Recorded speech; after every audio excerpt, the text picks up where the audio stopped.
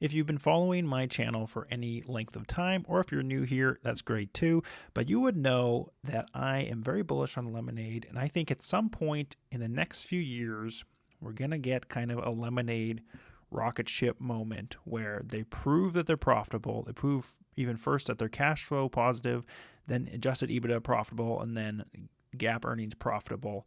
And at some point in the mix of those sort of three thresholds, I think they're going to have a bit of a rocket ship moment where the market's going to say, hey, this is a company that can grow anywhere from easily 20% to 30 to 40% a year for a long horizon in a huge market, and that's profitable. So I think somewhere around one of those points, the stock is going to really take off. Again, nothing in this channel, nothing in this video is personal financial advice. But in my mind, if that's true, then the question is, how can we best capitalize on that rocket ship moment? That's my question. That's the question I'm going to try and answer, do my best to sort of present at least my thinking in this video. And part of that answer could lie in Lemonade Options. Now, again, nothing is personal financial advice. Everyone has their own scenario, their own sort of risk tolerances.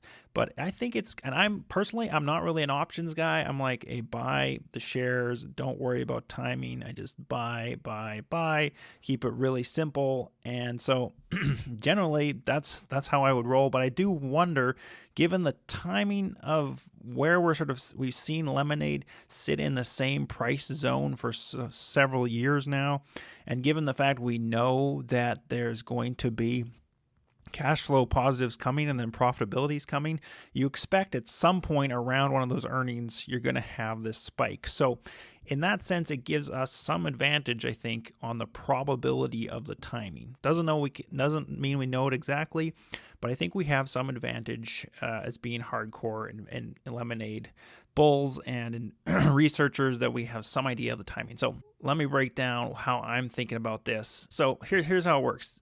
Right now, there are long-term option calls. You can buy them out for Lemonade all the way out to the latest is January 16th, 2026. January 16th, 2026, we have these option calls. In September of this year, they will get more long-term options or leaps for January. So that's sort of the cycle. September of this year, we should get January options for 2027, January 2027.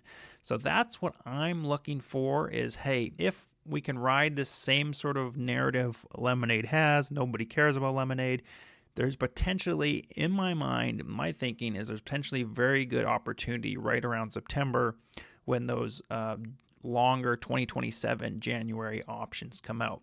Now, if we look at the pricing right now, for a strike price of $35, for 2026, strike price of $35, we have last price was $3.08, and then a bid and ask of $205 to $320.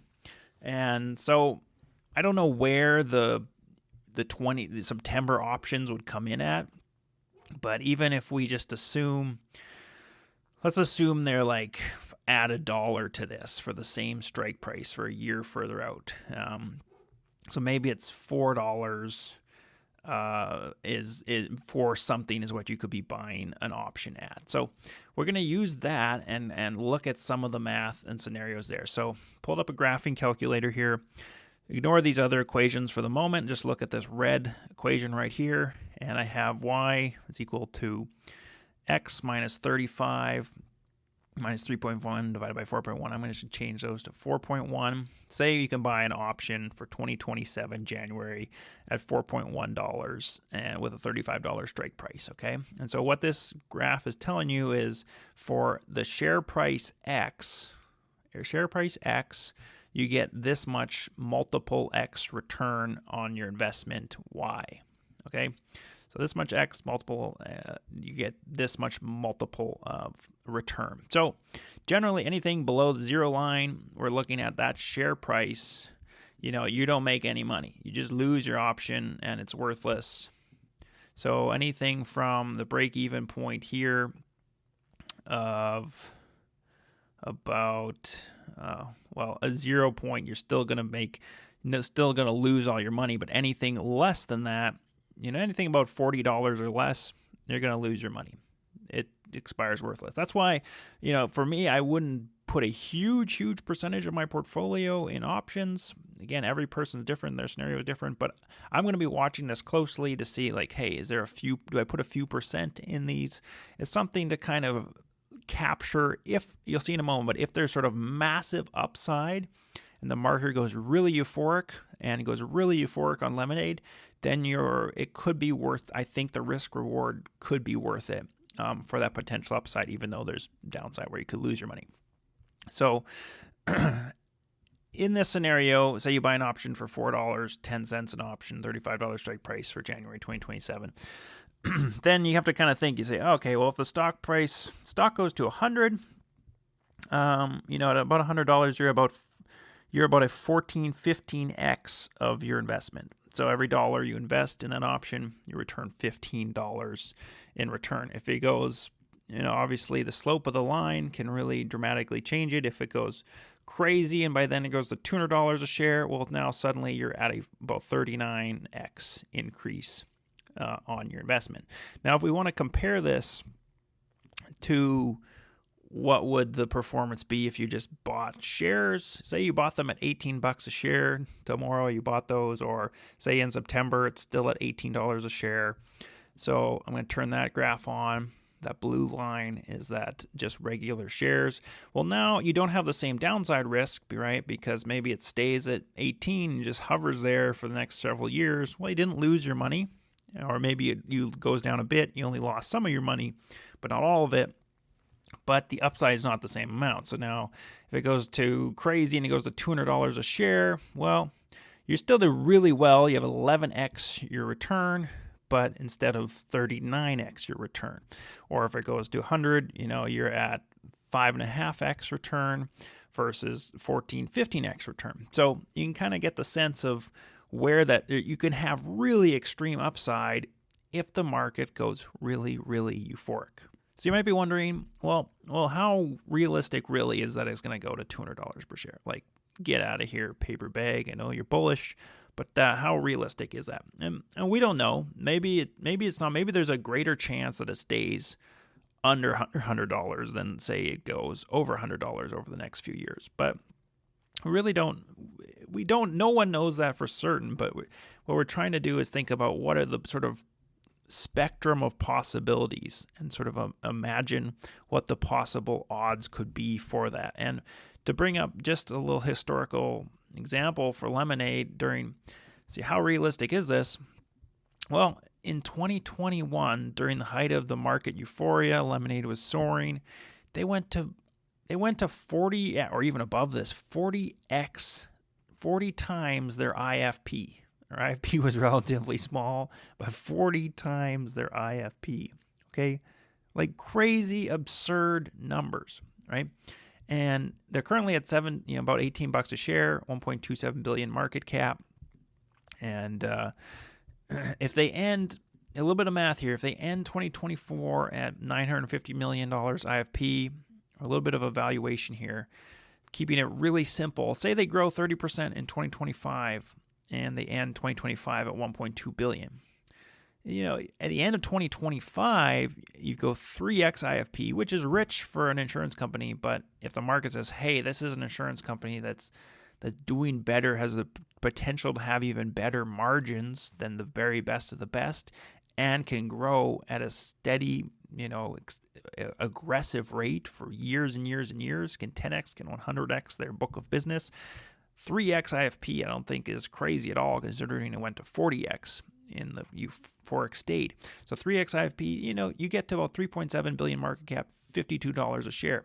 You can see all the numbers here. 5x, you're at about $87 a share. 10x IFP, you get $174 a share. That's just by the end of next year, 2025. If it goes really ballistic, you get about that 10x return. So if we hop over here, $174, $175 in this range.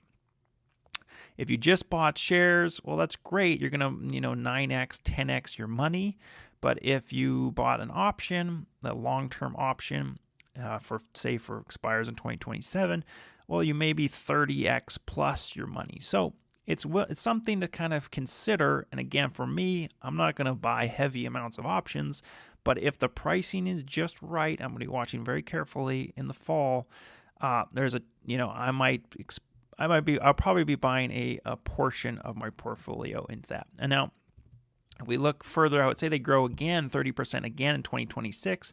And really, this 30% growth, 2025, 2026 we don't know what their guidance will be, but if based on the interview I did with Daniel going back, it was in the last couple months, he said that, hey, by the end of 2025, we should be rate adequate in car and home in just about every, maybe a few small pockets here or there. They're not perfectly rate adequate, but across the board should really be there, which means in my mind, they should have more aggressive growth into cross-selling, into bundling with current customers, and to directly selling to new customers in the car and home business. So 30% IFP growth to me seems very reasonable over the next 2 years.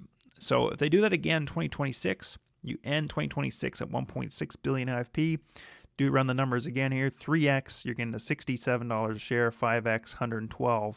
10x, $224 a share. This is just some quick, rough math, but it gives us a sense of, hey, where could this potentially go if the market goes pretty euphoric? They could definitely, I think by the end of 2026, even be hitting that $200 per share or greater. So again, you hit that point and it's like, well, say they reach 200, well, you're at that 11x and again, 39, 40x kind of range for one of the options. Of course, the options have the downside where you don't, where you lose your money. And they kind of see the break-even point here between the two is going to be about $50 a share. So if you think, hey, I think it's sort of the probability that Lemonade is going to be by the end of 2026, early 2027, it's going to be over $50 a share, then buying some options is probably a good risk return because you're then riding this higher graph. Now, I want to throw one more thing at you here, and that is LMND Warrants. So some of you maybe have heard of this, some of you haven't, might not be aware of it, but I'm going to pull up this article that is about Lemonade's warrants that came from their Metro Mile deal. So Lemonade, basically, Metro Mile had a warrant structure where they were issuing shares, and because when Lemonade bought Metro Mile, some of those shares transitioned over into Lemonade stock. And it's about you get one Lemonade stock for every 19 shares of Metro Mile. Key number here is that this mile warrant, which was $11.50, and if you go 19 times? 19 times that.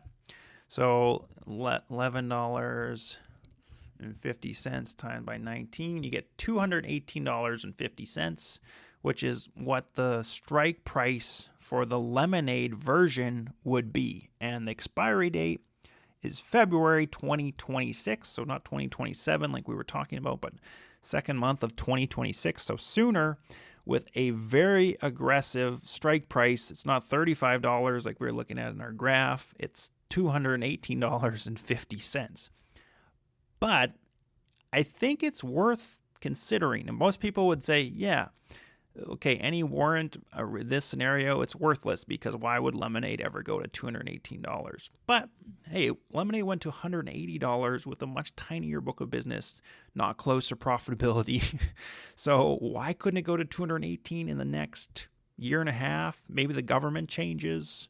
Maybe they become, all their timelines accelerate faster. Maybe they hit cash flow positive sooner. Maybe they're going to hit adjusted EBITDA sooner, even close to or, before this timeline. I mean, anything really could happen. And the thing about these warrants is that the market is basically treating them as worthless. If we pull up some historical prices for them, you can see a warrant here for Lemonade, and you can find these if you look up your broker, LMND.WS. That will pull up this Lemonade warrant. And I actually bought some of these, like less than 1% of my portfolio, a sort of tiny amount. And I bought them in the last couple months. at about, I think it was like 1.7 cents per. And you can see they've been trading in that range, 2 cents, 3 cents, 3 cents, 4 cents, right in that range. And if you scroll down, even to all the way back down, at least what it's showing here, to March 2023, it was still some fluctuations here, but 2 cents kind of in that price, 1, 2, 3 cents per warrant in that price zone, which correlates with the stock price. Has been very flat or in a sort of in a similar trend for a long time. So the market's is basically assuming, hey, these are pretty much worthless because of that, you have to get to $218.50 or more per share for them to be worth anything by February 2026. And now, say you bought one of those warrants for about 1.5 cents, and I did buy some in a few months ago. It was like less than 1% of my portfolio, but I did buy some of these warrants for about 1.5 cents. They've kind of doubled in value since, but maybe they'll go back down. Who knows? But I'm looking out, hey, what's share price minus your strike price, which is really expensive, but then minus a tiny cost for the warrant, and divided by the cost that the warrant will give you your multiple X return. So turn on that graph. It's really interesting because it's basically a straight vertical line, which means if theoretically you got above the $218.50 by February 2026, it's suddenly like you're riding this line straight vertically, like straight up. So even if it goes to $220 a share, for example, as I'm showing right here where my mouse is, you get 135x return. Well, let's say the stock goes to $250 a share. You can't even show it because I got to zoom out further. If it went to $250 a share, well, let's say $233 a share, that will get you 1,000x return. Just because your cost is so tiny, it's only 1.5 cents in this scenario right here. If it went to 200, and this is where I'm thinking like it's worth some little bit of, to me, it's almost like upside insurance you're buying because there's sort of moonshot upside where you get massive results. So maybe it goes to $250 a share. Well, suddenly you're going to over 2,000x your money over that span, because anything above that strike price of $218.50, you just get huge results. Even 4,000x. 4,000x is not impossible on these warrants. Now again, maybe there's a 99% chance that the warrant goes worthless.